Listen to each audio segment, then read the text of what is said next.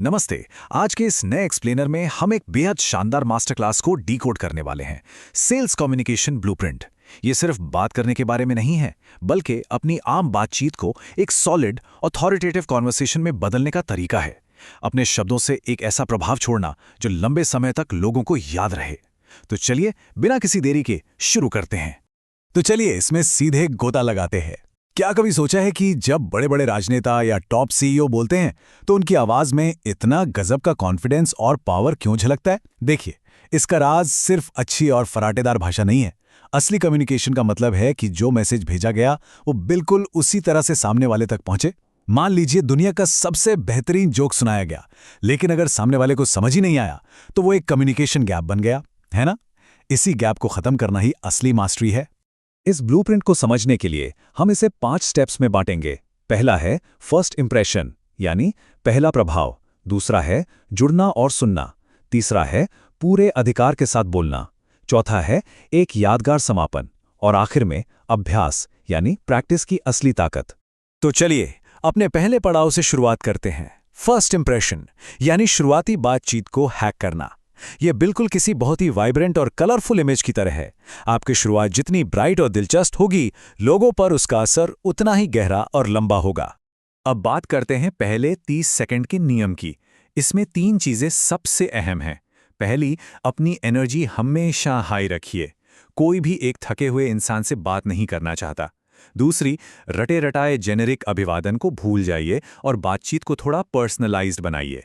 और तीसरी चीज, एक ऐसा सवाल पूछिए जो सामने वाले को तुरंत एंगेज कर दे, जैसे कि सच में उनकी किसी प्रॉब्लम को सॉल्व करने की कोशिश हो रही हो। इसे और भी आसान भाषा में समझें तो हमारा सोर्स मटेरियल एक बहुत ही खूबसूरत बात कहता है। हर नए क्लाइंट से ऐसे मिलिए जैसे कि किसी पुराने दोस्त से मिल रहे हों। वही सच्ची गर्मजोशी, वही उत्साह और वही एनर्जी। ये छोटी सी चीज पल भर में एक बहुत ही कंफर्टेबल माहौल बना देती है और दो लोगों के बीच की उस प्रोफेशनल दीवार को एकदम गिरा देती है। और यहीं पे एंट्री होती है कॉन्फिडेंस एंकर की। इसका सीधा सा मतलब है एकदम फर्म आई कांटेक्ट और एक बहुत ही सॉलिड हैंडशेक। ये बिल्कुल नॉन नेगोशिएबल है। बड़े और सफल लीडर्स हमेशा यही करते हैं। अगर नजरें चुराई जाएं तो लगता है कि जानकारी की कमी है, लेकिन एक सीधा आई कांटेक्ट बिना कुछ बोले ही अथॉरिटी को साबित कर देता है। आइए अब देखते हैं कि ये सब आगे कैसे बढ़ता है। हमारा अगला सेक्शन है जुड़ना और सुनना, यानी पल भर में सामने वाले का विश्वास जीत लेना। यहां पर मिरर इफेक्ट का कॉन्सेप्ट बहुत काम आता है। ये क्या है? दरअसल सामने वाले की बॉडी लैंग्वेज, उनके बैठने के तरीके या उनकी एनर्जी को बहुत ही बारीकी से मैच करना। लेकिन ध्यान रहे, ये एकदम नेचुरल लगना चाहिए। ऐसा बिल्कुल ना लगे कि कोई ड्रामा हो रहा है या नकल उतारी जा रही है। इसका मकसद बस इतना है कि सामने वाले को एक अनकहा सा कंफर्ट महसूस हो। अब आते हैं सवालों पर। बातचीत को आगे बढ़ाने के लिए ओपन एंडेड प्रश्न पूछना बहुत जरूरी है।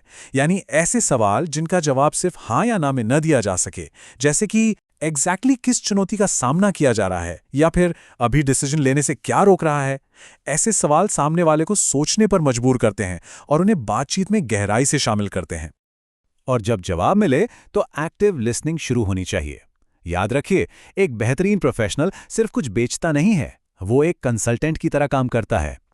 जब क्लाइंट कोई खास शब्द इस्तेमाल करें, जैसे मान लीजिए उन्होंने कहा फ्लेक्सिबल ईएमआई, तो जवाब में उन्हीं शब्दों का इस्तेमाल होना चाहिए। यह साबित करता है कि बात सच में सुनी जा रही है, और यकीन मानिए ये छोटी सी बात ट्रस्ट बनाने में जादू की तरह काम करती है। अब इस एक्सप्लेनर के सबसे क्रिटिकल हिस्से की तरफ बढ़ते हैं, अधिकार के साथ बोलना, यानी अपनी कमजोरी को अपनी भाषा से कैसे खत्म करें। और ये तुलना इस बात को बहुत शानदार तरीके से समझाती है। कमजोर और आधिकारिक शब्दों के बीच जमीन आसमान का फर्क होता है। अगर कोई कहता है ओके सर या मैं बाद में बताता हूं, तो वो बहुत ही नौसिखिया और अनुभवहीन लगता है। इसकी जगह जरा ये सोच कर देखिए, नोट कर लिया है, मुझे इसका इंतजार रहेगा। महसूस हुआ फर्क? ये आवाज एकदम किसी टॉप सीईओ के प्रोफेशनलिज्म की तरह साउंड करती है। यही बात अधूरे और पूरे वाक्यों पर भी लागू होती है।